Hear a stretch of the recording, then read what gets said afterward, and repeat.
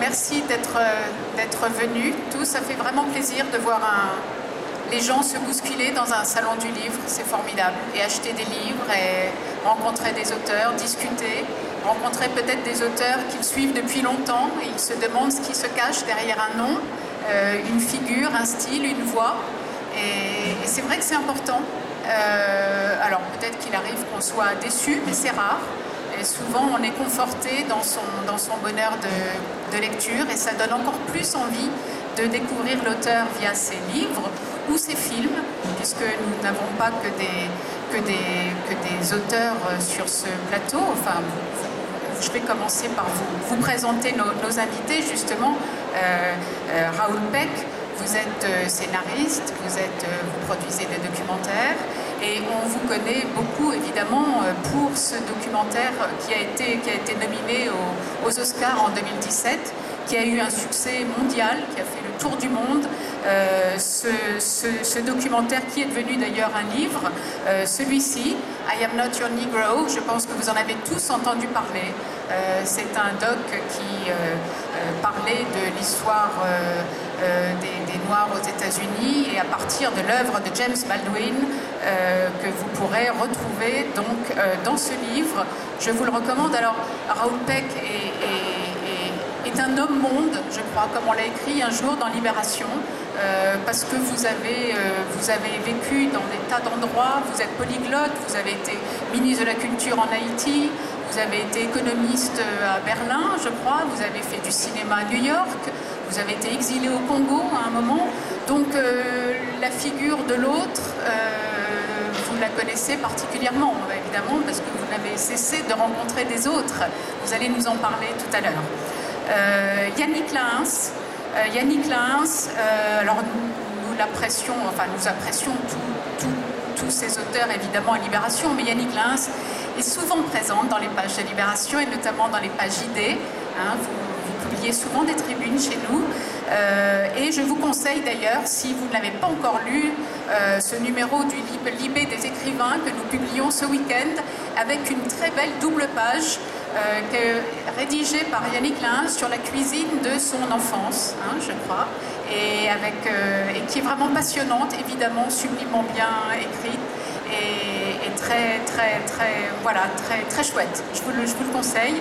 Et à part Libération, il arrive à Yannick Lahens d'écrire de temps en temps des livres, et notamment le dernier, très beau, 12 déroutes, vraiment très beau, où la figure de l'autre est très présente justement, et peut-être justement c'est le danger de l'étrangeté qui est combattu par une envie de vivre ensemble. Vous allez nous en parler tout à l'heure.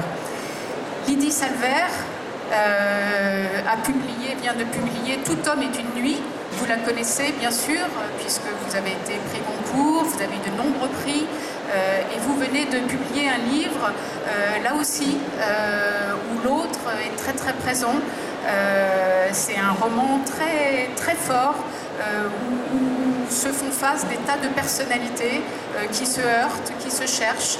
Vous allez nous en parler tout à l'heure. Et je voulais vous parler aussi de ce livre, Crépuscule, de Joël Caseus, qui vient de sortir au Tripode. C'est un livre très fort, vraiment très fort, avec un style très ciselé. Et ça se passe dans une zone en marge. C'est un livre polyphonique avec 8 personnalités, je crois, qui se parlent ou pas, et qui vivent en marge du monde, comme il y en a. Les marges, c'est malheureusement la grande tragédie de notre époque.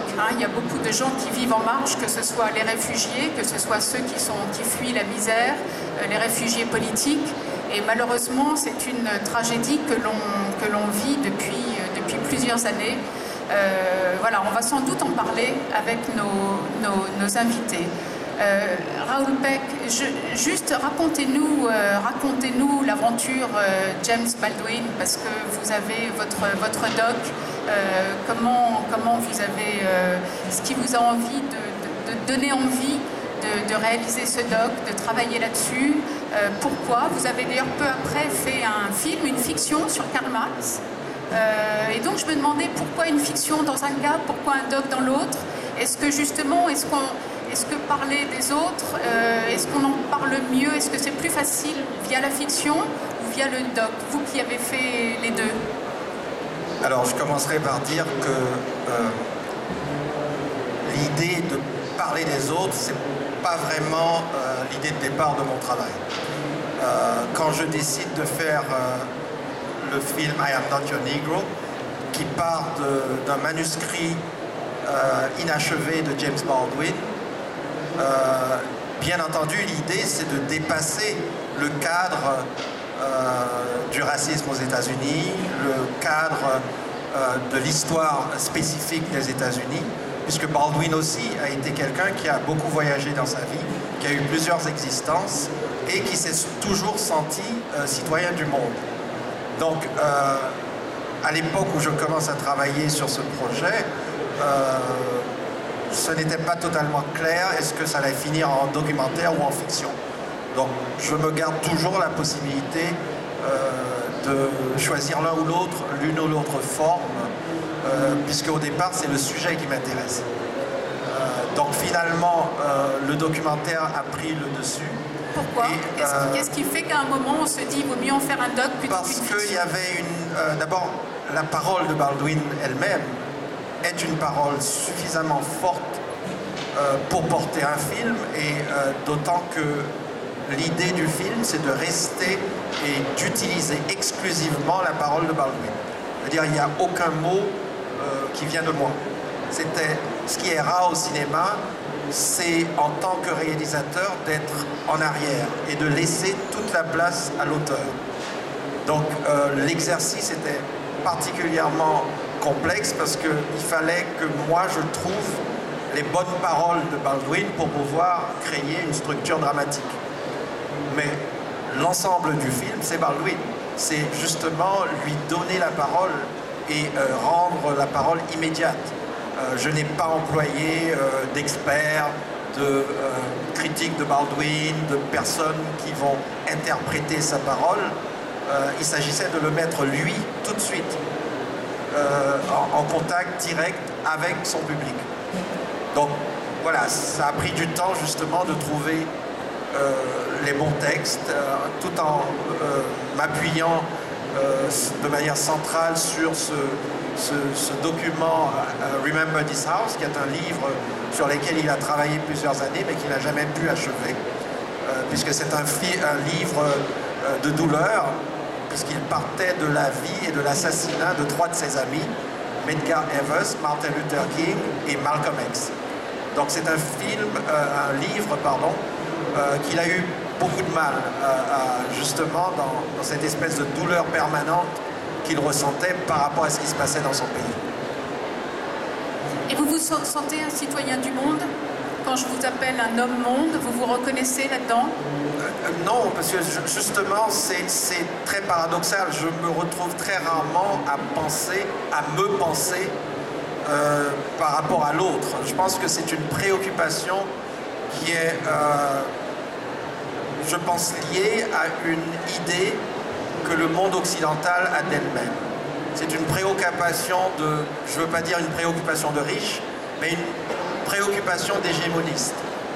C'est-à-dire qui vient d'un continent ou d'une culture qui pendant longtemps a dominé le monde et s'est accaparé de la définition même du centre. Et donc tout le reste de l'humanité devait se définir par rapport à ce centre. Moi je n'ai pas grandi dans cette idée. Je viens d'un pays, Haïti, qui justement, contrairement à ce qu'on croit, a été la première nation à vraiment respecter les règles de chaque homme naît libre et citoyen. Puisque la Révolution américaine ne l'a pas fait. En 1776, elle a gardé l'esclavage, donc tout homme n'est pas libre. La Révolution française de même, qui dit liberté, égalité, fraternité, mais pas pour tous. Et donc c'est la 3e révolution du même siècle qui, elle, décrète que tout homme naît libre. Et comme par hasard, c'est cette troisième révolution qu'on réduit à silence et qu'on perpétue cette idée, donc d'où cette discussion aujourd'hui. Si on avait accepté la définition que les Noirs, les anciens esclaves révoltés, qui en créant cette nation posent justement cette matière humaniste et qui intervient pour tous et qui ne fait pas la différence entre nous et les autres, je pense que la face du monde aura été changée. Yannick Lahens, je me souviens d'une très belle tribune que vous avez écrite justement dans l'IB il y a un mois. Je crois que j'en avais parlé sur France Culture. C'était sur la francophonie, hein, c'est ça. Et d'ailleurs, vous en appeliez, même je me demande si vous n'en appeliez pas à Emmanuel Macron pour dire, et peut-être à Leïla Slimani sur la mission francophonie, pour dire attention, Haïti a été... Haïti est en train de changer. Haïti, il y a une autre vie, d'autres langues qui sont en train de se mêler, ce qui est à la fois un plus. Vous parliez de l'espagnol, de l'anglais, du créole, évidemment, du français. C'était passionnant cette tribune sur la place qu'était en train de prendre Haïti dans cette région du monde. Là, j'aimerais un peu rebondir sur ce qu'a dit Raoul Peck. Moi, je n'ai pas l'impression, justement, quand je viens d'Haïti, de venir d'un pays de la périphérie. J'ai le profond sentiment d'être un centre, de par l'histoire d'Haïti, justement. Et l'Haïti s'est fait en dehors. Il y a toujours eu ce processus, depuis la création d'Haïti, de mettre sous silence cette histoire. Et... donc les gens ne savent pas qu'il y a toute une histoire de réappropriation et d'inventivité de la langue française dans un endroit qui s'appelle Haïti depuis la fin du XVIIIe siècle. Avant même l'idée de francophonie, avant même la mondialisation. Donc le français a suivi un cours en Haïti et aujourd'hui le français suit son cours avec l'espagnol, avec l'anglais, avec le créole. Particulièrement notre ADN premier, c'est le créole. Donc moi, je n'ai pas le sentiment d'une altérité. L'altérité, c'est une construction du sang. Nous sommes d'ailleurs les autres par excellence, les Haïtiens. Nous sommes ces premiers hôtes, En fait, l'irruption du nègre sur la scène moderne, c'est Haïti. Et le fait de vouloir occulter cette irruption soudaine d'Haïti sur la scène du monde moderne. Donc, l'autre, c'est toujours une construction. La marge est une construction du centre. Et à partir de cette construction, on peut aussi construire le barbare imaginaire, pour reprendre le titre d'un livre de Laine Curbon. Donc cette appropriation de la langue française, je pense qu'aujourd'hui, au contraire, le fait qu'il y a eu une conquête et que le créole occupe une place prépondérante, centrale, il y a une relation beaucoup moins, je pourrais dire, névralgique avec la langue. Absolument. Beaucoup moins dépendante. Exactement. Et en ce sens, peut-être que cette ouverture vers d'autres langues nous oblige à penser, nous Haïti et certainement les autres, qu'est-ce qu'une langue nationale, qu'est-ce qu'un patrimoine national, les questions d'identité. Doit-on penser la question de l'identité précisément selon les critères du 19e siècle, et on sait ce que ça a donné ailleurs. Justement, nous ne sommes pas en train de créer, dans une sorte d'avance de l'histoire, une sorte d'éclatement et de la question des langues. Il n'y a pas d'appropriation. Est-ce que la langue a une patrie donnée? Voilà, c'est un peu ça. Vous pensez que c'est bien? Vous trouvez que c'est une bonne idée de donner à une écrivaine la responsabilité, la mission de la francophonie en la personne de Leïla Slimani? Personnellement, je ne revendique pas du tout de mission. Et je pense qu'il n'existe pas d'anglophonie. Il n'existe pas d'hispanophonie. Je pense qu'il faudrait peut-être mener une réflexion de ce côté aussi. Quelle est la relation de la France avec les pays en dehors de la France et qui parlent français? C'est pas du tout la même relation des États-Unis ou de l'Angleterre avec les pays anglophones.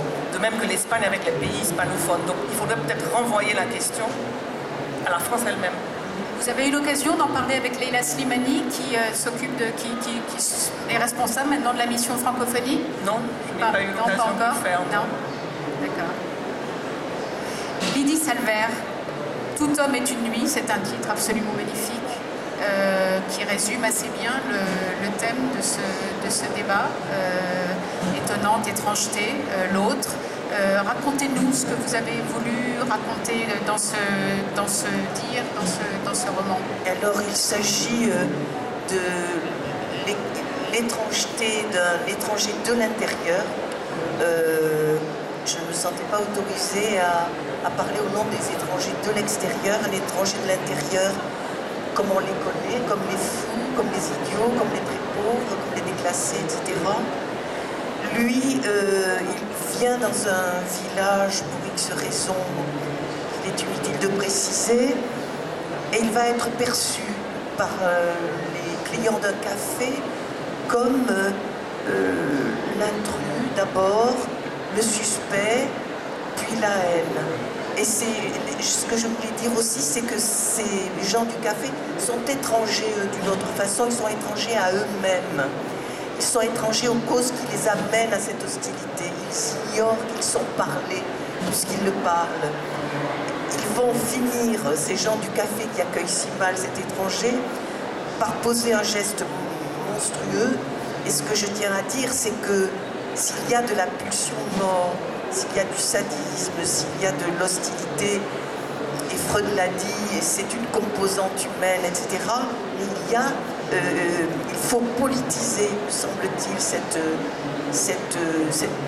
le mal et s'interroger sur ce qu'il a fait naître. La xénophobie, par exemple, j'ai vu que le mot est prononcé pour la première fois dans un dictionnaire en 1905, au mot contemporain du concept pseudo-scientifique de race, et au moment où émergent les nationalismes qui ont besoin de ces étrangers qui viennent du dehors pour que la nation se vive comme un corps homogène, cohérent, etc. Et je trouve que voilà, je voulais, le projet c'était à la fois de dire le bruit du monde, parce qu'avec les élections de 2016, je n'arrivais pas à rester indifférente, et je me posais la question de savoir ce qu'il fallait faire devant une situation aussi moche, aussi lourde, aussi lourde. Vous parlez des élections présidentielles de 2016, où on entendait où justement le discours xénophobe s'exposait. En France? En France. C'était 2016? C'est pas 2016 les élections? 2017, non. Attendez, on est en 2018, c'était l'année dernière. Hein, c'était en 2017. C'est 2017, c'est ça, les élections. c'était 2017. Voilà, c'est ça, j'essayais... 2017. Voilà. Tout à coup, je ne sais plus dans quelle année on était. On est en 2017, donc c'était l'an dernier. Oui. C'était l'année C'est dernière. vrai que toute la campagne a démarré très tôt. Évidemment, oui, elle a démarré fin 2016. Voilà, et c'est vrai qu'il y a eu un déchaînement de violence verbale terrible. Il y a aussi, pour revenir à cette question d'étrangeté, de l'opacité en lui. Et ça me paraît une des choses que la littérature aborde, cette opacité de l'homme, le fait que ce sujet soit que le sujet soit inattrapable, qu'il y ait des choses obscures en lui, qu'il y ait du crépuscule en lui.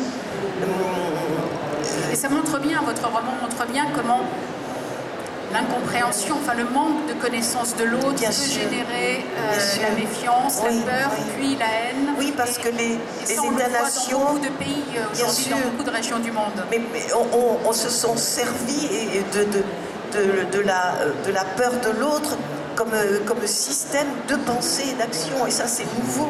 Cette utilisation de la xénophobie à des fins politiques, ça, c'est très nouveau. Et je me disais qu'il était utile de s'y pencher. Voilà. Merci beaucoup. Joël Caseus, donc on vous connaît moins, et pour cause, parce que c'est votre premier roman. Et c'est un roman assez fort qui parle d'un sujet très rude, hein, de la marge. Racontez-nous comment vous est venue cette idée et pourquoi tout à coup vous avez éprouvé le besoin d'écrire ce livre. C'est mon 5e roman, mais le premier est publié chez Le Tripode. Donc, c'est pas mon premier roman. Non, non, pas de souci. De ce que j'entends autour de la table, il y a quelque chose de vraiment intéressant, je trouve. Ce que j'ai aimé dans le documentaire de I'm Not Your Negro, c'est la façon dont Baldwin il présente vraiment le fantasme du nègre comme étant la projection des Blancs. Et ça, je trouvais ça vraiment fascinant, la façon que Baldwin renvoyait tout le temps au regard des Blancs son statut de racisé, en voulant dire, il n'y a pas de problème noir, il y a un problème blanc. T'sais. Et ça, là-dessus, c'est vraiment intéressant dans l'idée, comme vous dites, dans l'idée, comme vous dites, dans l'idée de la constitution de l'étranger par le regard de l'autre. Et l'idée de l'étrangeté, c'est souvent, en fait, on veut garder cette étrangeté-là parce qu'on ne veut pas remonter à la surface le fait qu'il est créé par la personne qui est à l'intérieur, ou le fait que la familiarité qu'on a avec l'étrangeté démontre en fait notre propre complicité relativement à la façon qu'on le traite. Et ça, je pense que c'est un peu essentiel dans le travail de l'écrivain, de faire comprendre une forme de sensibilité face à l'expérience de l'autre, et faire comprendre que finalement la façon que les gens agissent est une forme de rationalité. Et lorsqu'on commence à penser que les gens lorsqu'on commence à raciser les gens, donc on entend dans ce que vous dites, dans ce que vous disiez aussi préalablement, et bien ce qu'on est en train de faire, c'est qu'on est en train de leur enlever leur capacité de logique actentielle finalement, leur propre rationalité. On projette nos fantasmes face à eux. L'idée de crépuscule, ça m'est vraiment venu dans l'idée d'arriver à parler d'un moment qui serait très peu souhaitable, parce qu'éventuellement, la venue d'une femme enceinte dans un bidonville fera en sorte que le fait même qu'il y a un enfant qui va apparaître dans un lieu si délabré, c'est pas une promesse de joie, mais bien au contraire, c'est une espèce de malédiction, parce que les enfants eux-mêmes deviennent soldats. Donc c'est vraiment qu'on arrive à un point tel où l'humanité elle-même est capable d'engendrer des horreurs l'un envers l'autre, à un point tel que donner naissance à un enfant est un acte de collaboration presque. C'est pas un avenir que je souhaite à personne, mais je sens la nécessité quand même de parler de ces choses-là. Et au travers du roman, lorsque j'utilise des figures une écriture assez sèche, ce que j'essaie de faire, c'est de faire en sorte que le lecteur il se sent immergé un peu dans le sentiment d'étrangeté, et il se rend compte qu'avec les sentiments qu'il sent, eh bien, il pourrait peut-être un peu se rapprocher de ce que beaucoup de personnes vivent, en fait, en étant associés dans cette idée d'étrangeté. Donc l'idée d'étrangeté et l'idée de pousser une forme de familiarité face à la personne que l'on considère comme étant étrange, alors qu'il n'est pas du tout, puisque l'étranger est partie constitutive du groupe qui le crée. Donc ça, c'est le sociologue Jörg Simmel qui a dit ça. Simmel, qui est un sociologue allemand, qui a travaillé sur la figure de l'étrangeté. C'est une obsession avec moi dans mes écrits, que ça fait longtemps que j'ai travaillé. Mes études en sociologie sont sur la sociologie du racisme, et je m'intéresse au cas de la Révolution haïtienne. Et c'est vraiment important, comme vous disiez préalablement, que c'est la révolution en fait qui a été la plus radicale, qui a porté les idées de la Révolution française dans leurs manifestations concrètes et empiriques. Et c'est pas seulement qu'on a amené la Révolution française dans toute sa radicalité, dans ses propres conséquences logiques, mais c'est les esclaves eux-mêmes qui l'ont amené. Donc là, on est vraiment proche des idées de Karl Marx aussi, que les plus soumis vont être éventuellement eux qui vont être capables de changer l'histoire. Donc toutes ces idées-là, c'est des idées qui sont fondamentales avec moi. Et l'idée de crépuscule, la raison pour laquelle j'ai décidé de le toucher avec des êtres, des personnages qui ne sont jamais nommés, un lieu qui n'est jamais nommé, parce que je veux montrer l'espèce d'aspect universel de cette réification de l'autre dans une altérité qui ne peut pas se définir lui-même. Et un livre comme ça, vous l'avez écrit d'une traite, ou bien il a lentement mûri, et comment ça s'écrit comme vous venez de nous parler là, d'une traite, sans blanc, sans silence. Vous l'avez écrit très vite. Ça a été douloureux, c'était compliqué? Non, ça a été assez rapide quand même. L'idée, c'est que ce que j'essaie de faire, c'est que j'essaie de me rattacher à une intention que j'ai, et par la suite, j'imagine des scènes. Et une fois que j'arrive avec les scènes, j'écris les scènes, et par la suite, je fais une trame narrative qui relie le tout. Donc c'est un roman qui m'a pris environ 3 mois à écrire comme ça. 3 mois? Ouais, environ. À faire que ça? Vous n'avez fait que ça pendant Non. Moi, je suis enseignant essentiellement. J'enseigne la sociologie à Montréal. Donc pour moi, c'est un hobby. Donc je travaille en temps perdu quand j'ai le temps pour mon fils, ma famille et mon travail. Et je dirais que ça m'a pris... Parce que bon, tous les écrivains savent qu'on écrit parfois lorsqu'on est dans la douche, à savoir que c'est pas parce qu'on est devant son clavier qu'on est en train d'écrire. On écrit lorsqu'on conduit sa voiture, on écrit lorsque parfois on marche à l'extérieur. Et c'est ces moments-là qui sont souvent le meilleur parce que ça permet de décanter. Donc l'écriture est constante, c'est quelque chose qui nous hante en fait. C'est quelque chose que parfois, je pense que vous avez sans doute déjà fait l'expérience, que lorsqu'une idée veut sortir, on a vraiment l'impression que le roman, c'est pas nécessairement nous qui l'avons écrit, il y a vraiment un sentiment de possession qui est absolument étrange. Et ça, c'est une expérience qui est sublime finalement, parce que tu as peut-être l'impression que tu as eu assez de sensibilité pour toucher à quelque chose qui est semblable d'une forme de vérité, Nous, en sociologie, on essaie d'établir des données empiriques pour arriver à établir des faits. Vous voyez, on est quand même une science molle. Et pour moi, c'est absolument essentiel de faire des articles qui parlent de la situation de la révolution haïtienne et de parler de l'impact que ça a eu dans le monde atlantique et sur la modernité européenne. Mais je sens que malgré tout, l'expérience sensible qui est transmise par l'entremise du roman ou du documentaire, c'est quelque chose d'essentiel qui peut nous amener une forme de vérité, mais qui va être passé par l'entremise de l'expérience. Donc pour moi, c'est des choses qui se complètent. Parfois, la sociologie me frustre et je suis obligé de passer par l'expérience sensible de l'écriture. Passionnant. Il écrit comme il parle. Ça se sent que vous écrivez quand on vous lit et quand on vous écoute. On voit bien que c'est la même personne. Vous avez la même façon de vous parler comme vous écrivez. C'est très beau. Je vous conseille vraiment ce livre. Raoul Peck, on est dans un monde où il y a de plus en plus de murs. On parle beaucoup du mur entre les États-Unis et le Mexique. Moi, j'ai bien connu, pour y avoir été correspondante, le mur entre Israël et le territoire palestinien. Partout, dans les pays de l'Est aussi, il se construit des murs contre l'afflux de réfugiés. Est-ce que ça, c'est un monde que vous auriez imaginé il y a encore quelques années, ou est-ce que qu'est-ce que ça vous inspire? Est-ce que vous croyez qu'on peut surmonter, que le monde va arriver à surmonter tous ces murs qui s'érigent depuis quelques années? Alors, en ce qui concerne le futur, je ne suis pas prophète, donc je ne peux pas vous dire. Ça va dépendre de notre capacité de nous mettre ensemble et de trouver des réponses. Ce qui est sûr, c'est que les murs, l'humanité en a eu beaucoup avant. Et on sait qu'aucun mur n'a résisté à la force des hommes et des femmes. La muraille de Chine, c'est un très beau monument aujourd'hui. J'ai passé plus d'une quinzaine d'années à Berlin en vivant avec un mur, et j'étais là quand ce mur a été pulvérisé. Donc le mur peut avoir beaucoup de formes.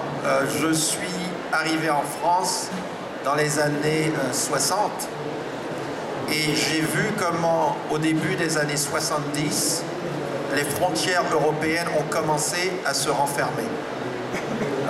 J'ai un passeport haïtien qui me permettait justement, parce que Haïti est une ancienne république et qui avait des conventions avec la plupart des pays du monde, et on pouvait en tant qu'Haïtien voyager à travers le monde sans visa. Et j'ai vu comment, à partir des années 70, comment une à une, les pays européens ont fermé leurs frontières et où il fallait des visas. Et j'ai vu comment les lignes devant les consulats de France, entre autres, ont commencé à s'allonger. Comment on a construit d'abord une barrière, ensuite un mur, ensuite des gros pôles de béton. Et ça, c'est un phénomène qui s'est étendu sur une quarantaine d'années. Donc quand on arrive à l'absurdité ultime comme le mur de Donald Trump à travers la frontière mexicaine et des États-Unis, on est au summum de la bêtise. Depuis quand un mur pouvait stopper les grands changements qui se passent sur cette planète?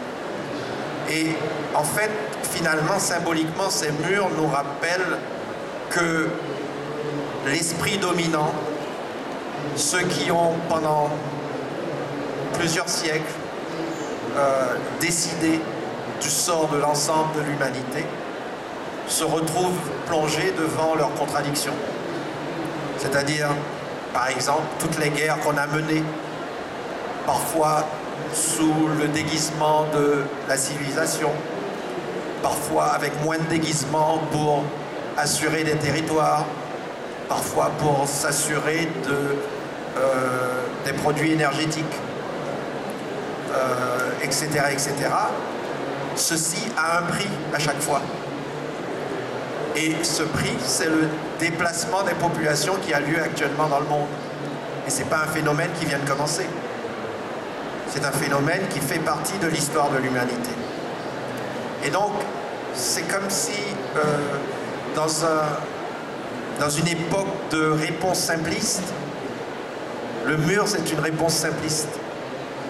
Alors que le monde est complexe aujourd'hui, de plus en plus complexe.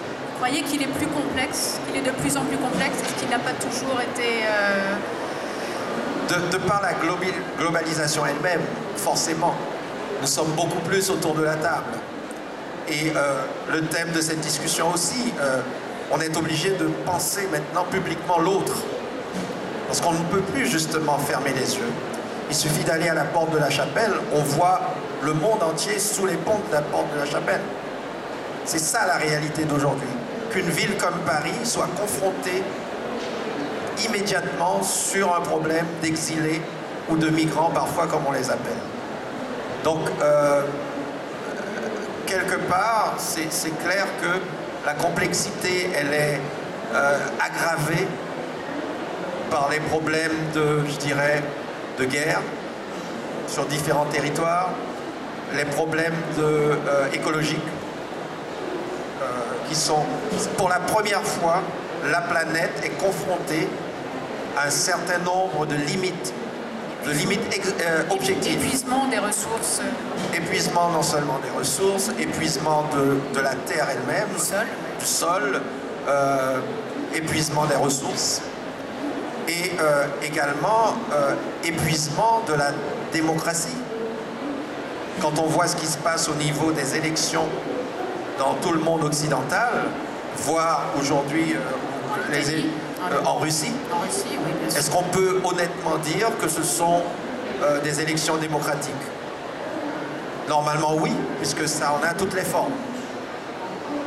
Donc aujourd'hui, même des régimes autoritaires peuvent se proclamer démocratiques. Et on voit comment réagissent... Des démocratures, on les a appelées. Démocratures. C'est le mot qui apparaît, démocrature. Voilà. Et on voit comment les peuples ont une relation ambivalente avec ces formes. En général, ils ne vont pas voter massivement, sauf qu'ils sentent que c'est un moment crucial et que c'est un moment de danger profond. À ce moment-là, ils vont aux urnes, ou alors quand il y a une vraie alternative devant eux. Mais sinon, on peut dire que de manière générale, il y a un recul de ce mode de démocratie.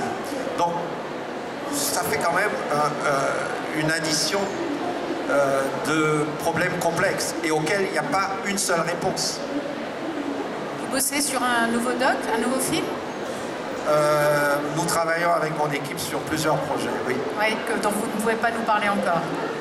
C'est peut-être un peu tôt.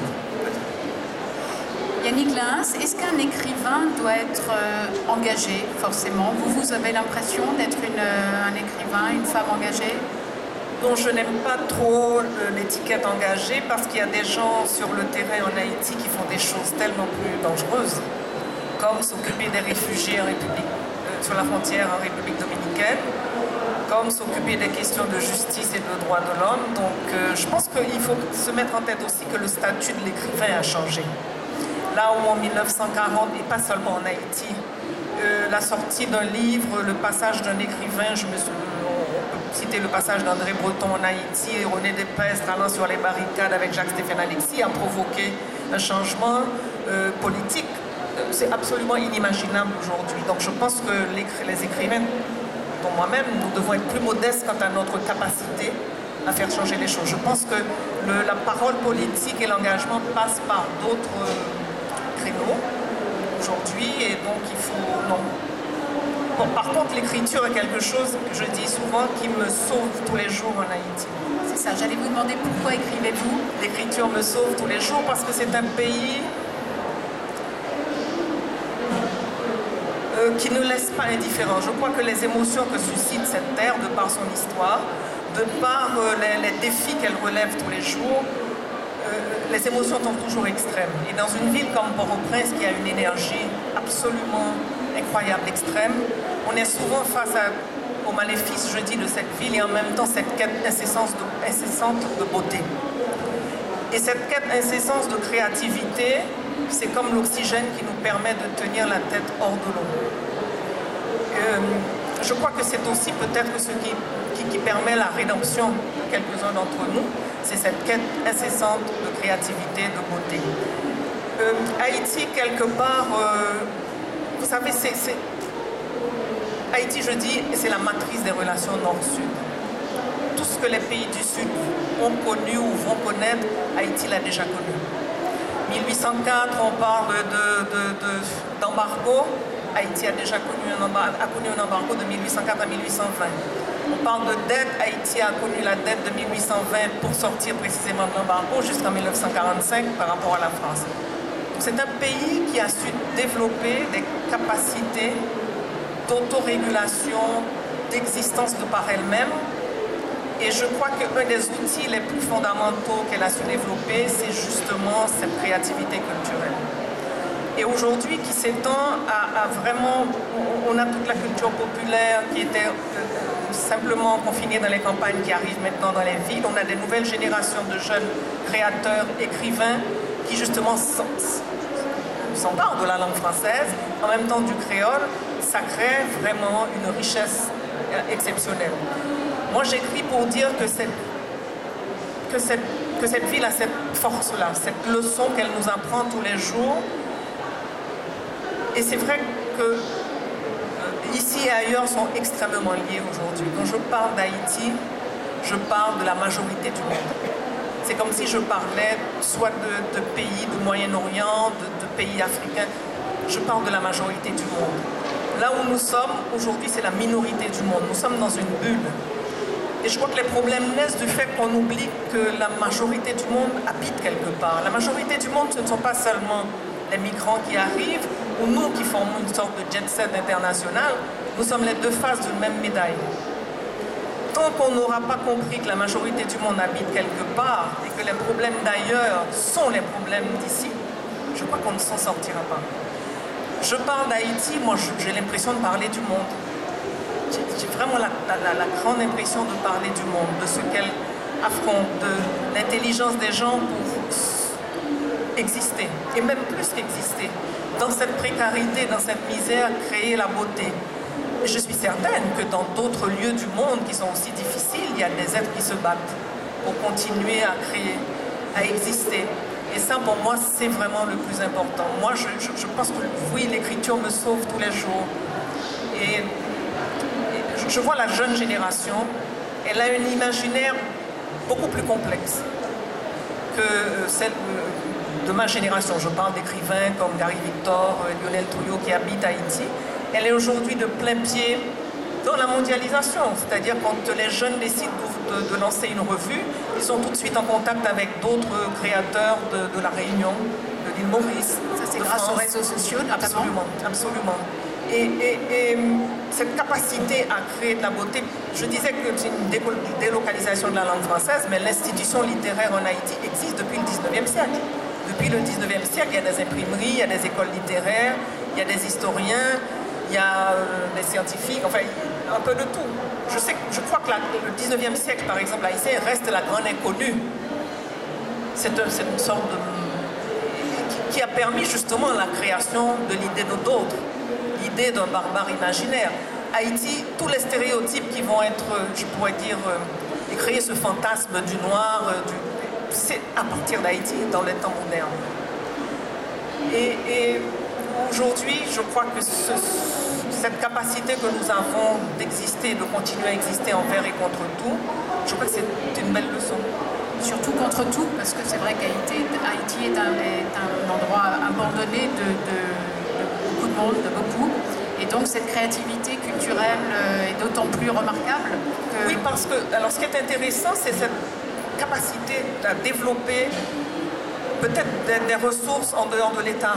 Il faudrait toute une histoire sur l'État, comment il s'est construit cet État haïtien, presque contre la société. Et ce que j'appelle aussi les héritiers, cette capacité à pouvoir se débrouiller seul. Quand des jeunes qui créent des bibliothèques dans des quartiers les plus improbables. Ça, vous le racontiez bien.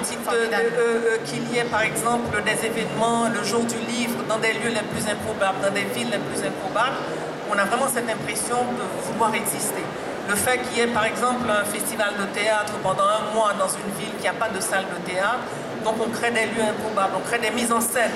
Il y a cette capacité à inventer pour pouvoir exister et continuer à proposer de la beauté, je trouve ça assez exceptionnel. C'est une ville qui a beaucoup d'énergie, je fais aussi de grandes colères dans cette ville. Et la beauté compense mes grandes colères. C'est bien, un peu d'optimisme, c'est Ça fait plaisir à entendre. Et vous, Lydie Salvert, pourquoi écrivez-vous? Est-ce que je peux bien sûr rebondir sur ce que vient de dire au mur qu'adressait Raoul Peck, parce qu'il y a les murs invisibles, il y a les murs qu'on n'abat pas à coups de pioche, il y a les murs entre les communautés, il y a les murs entre les gens, et ces murs sont construits, me semble-t-il, par les logiques de l'entre-soi, et l'entre-soi qui touche toutes les classes de la société. Les bourgeois se marient entre eux, les pauvres sont entre eux, les cités restent les cités, etc. Et chacun reste sur son compte à soi. Et je voudrais ce soir citer ce livre de Hannah Arendt qui s'appelle « Qu'est-ce que la politique ?» Elle dit ceci, elle dit « Il y a le désert-monde », c'est comme ça qu'elle désigne le monde où les gens n'ont pas accès aux livres, à la culture, ils sous-vivent, etc. Et il y a des oasis, comme ici, des lieux de culture, etc. Et elle dit ceci, que je n'ai jamais oublié, si les gens de l'oasis ne vont pas dans le désert-monde restera le désert-monde, et l'oasis s'ensablera pour disparaître. Donc voilà, s'il y a une responsabilité de l'écrivain aujourd'hui, c'est d'aller peut-être un peu voir comment ça se passe dans le désert-monde, etc. C'est une des raisons pour lesquelles vous écrivez? Oh, pourquoi on écrit, c'est tellement difficile de dire les raisons profondes et les raisons supposées. En tout cas, de plus en plus, je me dis qu'écrire et comment écrire dans un monde qui va mal, dans un monde mauvais. Est-ce qu'on va vers ces petites affaires littéraires, etc., ou son nombril? Est-ce qu'on a un retrait souverain vis-à-vis de ce monde qui va mal et qui est mauvais? Ou est-ce qu'on l'aborde de face en le regardant dans les yeux, comme disait Mandelstam? Il me semble que quand il y a des périodes comme celle-ci, des périodes que je sens dangereuses dans l'histoire, les écrivains ils sont allés, comme disent les jeunes. Et Victor Hugo, par exemple, au moment du coup d'État de Napoléon III, il dit, devant cette situation politique, dormir, c'est mourir. Dormir, c'est mourir. Donc, je n'ai ni envie de dormir, ni envie de mourir. Oui, je n'arrête. Comment vous dire? Il y a une région de moi qui aurait envie d'oublier le monde et ses saloperies, et une autre région de moi qui me convoque à aller vers le monde, mais je suppose que tout le monde est comme ça. Voilà. Merci. Joël, vous l'avez dit, vous enseignez la sociologie à Montréal, et pourtant, et vous écrivez aussi, c'est que vous avez éprouvé le besoin ça ne vous suffisait pas d'enseigner la sociologie, vous avez eu envie d'écrire pour dire des choses qui vous étouffaient, ou c'est un besoin ou un plaisir? C'est quoi pour vous, l'écriture? C'est un privilège. Le fait de pouvoir écrire est un privilège. Moi, j'écris pas parce qu'il y a des choses que je ressens qu'il faut qu'ils sortent. J'écris parce que j'ai le privilège de rencontrer des gens qui publient mes livres. Et conséquemment, lorsque j'ai le privilège de pouvoir écrire, je sens la responsabilité de parler de certaines choses que les gens traversent qu'ils ne peuvent pas nécessairement exprimer. Madame Lahaye, tout à l'heure, disait ce qu'on voit ici en ce moment. Moi, ma vie, personnellement, mon père est haïtien. Moi, ma vie, personnellement, ma vie que je vis à Montréal avec mon travail d'enseignant, c'est une minorité de l'humanité qui vit comme ça. La grande majorité de l'humanité vit dans des situations absolument horribles. Donc, ma vie représente une anormalité de ce que l'humanité est. Et de par ce statut anormal, je ne vois pas comment il pourrait m'être possible d'écrire d'autres choses que ces gens qui vivent dans ces conditions-là. Ces gens dont l'humanité est refusée constamment. Et pour moi, c'est quelque chose qui me hante. En toute honnêteté, c'est quelque chose qui me hante, c'est quelque chose qui me traverse, c'est quelque chose qui est dans ma filiation.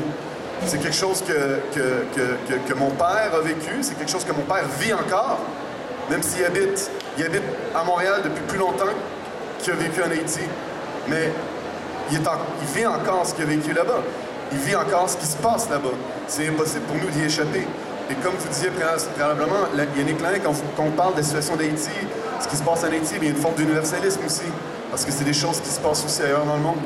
Et cette idée, ce que j'entends autour de cette table ronde, autant chez Mme Lydie Salvaire que chez Mme Lahaye et chez Raoul Peck, bien sûr, avec Amna Unigro, c'est vraiment l'idée d'avoir une forme d'altruisme et de faire comprendre et rendre cette forme d'altérité comme étant quelque chose qui ne devrait pas être si anormal et la présenter comme étant quelque chose qui est vécu par beaucoup de gens et de la faire comprendre. Parce que ce qui est encore plus cruel du fait qu'il y a des gens qui vivent dans cet état-là, c'est que nous, on semble ne pas s'en soucier, et bien au contraire, on décide de les définir eux-mêmes, donc les priver de leur propre dignité, de donner un sens à leur vie et dire non, mais ils sont comme ci, ils sont comme ça, etc., et on les racise. Donc, à ce niveau-là, la raison pour laquelle j'écris, c'est sûr que c'est face à un sentiment d'urgence que j'ai, face au fait que j'ai l'impression qu'il y a des trucs qui ont été faits. Bon, on parlait de révolution haïtienne, mais quand même, je trouve que c'est quelque chose qui a été complètement radical et qu'on a capacité de faire des choses aussi merveilleuses que ça et qu'il faut se rappeler qu'on est capable de le faire. Et donc, pour ça, il faut être capable de partager l'expérience sensible de qu'est-ce que ça peut être de vivre vraiment dans des situations suivantes, dans des situations hyper misérabilistes. Moi, la sociologie, ça m'a amené à l'écriture parce que la sociologie, je trouvais ça frustrant à certains moments de devoir passer par la méthodologie scientifique pour arriver à mes conclusions. Moi, je pense que parallèlement à la sociologie ou à la science, il y a les documentaires, il y a la littérature, il y a la musique qui forment l'ensemble de la complexité de l'expérience humaine et qui amènent éventuellement de partager une forme de savoir et qui fait en sorte qu'on nous démontre qu'il y a encore quelque chose de sublime qui existe malgré tout et qu'il faut rappeler le fait qu'on est capable, parce que comme Karl Marx disait lui-même, l'être humain se pose des questions qui est capable, il se pose seulement des questions qu'il est capable de résoudre. Pourquoi? Parce que c'est nos propres actes qui nous ont amenés là. Et donc, conséquemment, il faut tout le temps s'en rappeler de ça. Et je pense que ça, c'est essentiel. Il faut le mettre de façon narrative. Alors, voilà. Merci. Vous avez mentionné Karl Marx. Raoul Peck, qu'est-ce qui vous a intéressé dans Karl Marx? Ça m'intéresse, moi. Tout d'abord, pour rebondir sur ce qu'il vient de dire, moi, j'ai toujours considéré que la richesse du monde était aussi la mienne. Les acquis de la Grèce, les acquis de Rome, les acquis des Lumières étaient aussi mes acquis. Donc je me suis toujours senti à l'aise et j'ai toujours pioché allègrement dans tout ce que je pouvais prendre. Et Karl Marx, comme Baldwin, j'ai découvert l'œuvre de Marx très tôt. J'avais 20 ans, 21 ans à Berlin justement, qui était une ville très politisée. À Berlin se retrouvaient en fait tous les résistants du monde. Il y avait l'ANC qui se battait contre l'apartheid, il y avait les gens du SWAPO, il y avait les latino-américains, chiliens, brésiliens, nicaraguayens, il y avait les Kurdes, il y avait les Iraniens, c'est avant Khomeini. Et donc c'était un monde, et il y avait bien sûr les Allemands, eux aussi révoltés contre leurs aînés. Et donc c'est un monde où lire Marx, étudier Marx, parce qu'on étudiait Marx dans un cadre académique. Donc j'ai fait 4 ans de séminaire sur le Capital à l'Université libre de Berlin. Donc on ne faisait pas de distinction entre ce qu'on vivait dehors dans la rue, donc les manifestations, les actions, etc., et les études qu'on menait. Les psychologues, par exemple, étaient obligés, pas obligés, en tout cas ça faisait partie du cursus, d'étudier Marx. Parce qu'ils partaient du principe qu'on ne pouvait pas soigner les êtres humains et simplement les renvoyer dans le processus productif sans leur expliquer dans quel monde ils vivaient. Donc ça faisait sens. Donc quel que soit ce qu'on étudiait, connaître l'œuvre de celui qui a le mieux analysé cette société capitaliste qui est une société dans laquelle nous vivons encore aujourd'hui, qui est historiquement définie et qui n'est pas finie, justement, je pense que c'est le minimum qu'on puisse faire pour pouvoir aujourd'hui réfléchir sainement. C'est-à-dire, c'est connaître comment et sur quoi est bâti ce mode de production Donc sur la marchandise, sur le profit, sur l'aliénation, etc., etc. Donc voilà, pour moi c'était un point de départ incontournable et ça l'est toujours. Passionnant. Yannick Lins, est-ce qu'un livre peut changer une vie, ou en tout cas un regard qu'on porte sur le monde, sur l'autre? Est-ce que vous, un jour, il y a un livre qui vous a fait regarder le monde ou l'autre autrement, et il y a un avant et un après? Il y a plusieurs livres, il n'y a pas qu'un livre, mais je pourrais citer Dostoïevski, beaucoup, parce que je pense que c'est un écrivain qui donne énormément cette complexité que j'aime, parce que le roman, pour moi, c'est l'espace de la complexité. Contrairement je pourrais dire au manifeste politique, où il est question de choisir, la frontière est tracée, le roman nous permet d'entrer dans la complexité et dans le jeu, un peu comme ce que dit Kundera à propos du roman. Il y a aussi Faulkner, que j'ai beaucoup aimé, parce que Faulkner, au niveau de la forme, nous fait aller très très loin. Et je crois qu'il s'inscrit dans la tradition des anglo-saxons qui vont très loin, jusque vers du côté de ce qui pourrait être de l'ordre de l'inconscient. Et puis il y a une romancière haïtienne que j'aime beaucoup aussi, Marie Chauvet, que je pourrais mettre sur le même plan que peut-être l'influence de quelqu'un comme Marguerite Duras. Parce que Marie Chauvet, qu'est-ce qu'elle fait?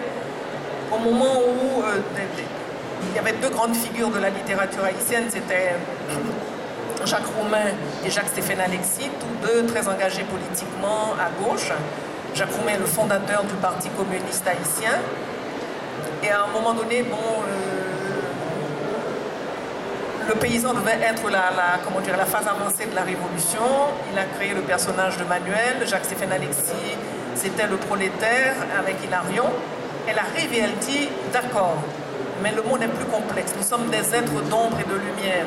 On va essayer de chercher dans des zones moins tranchées.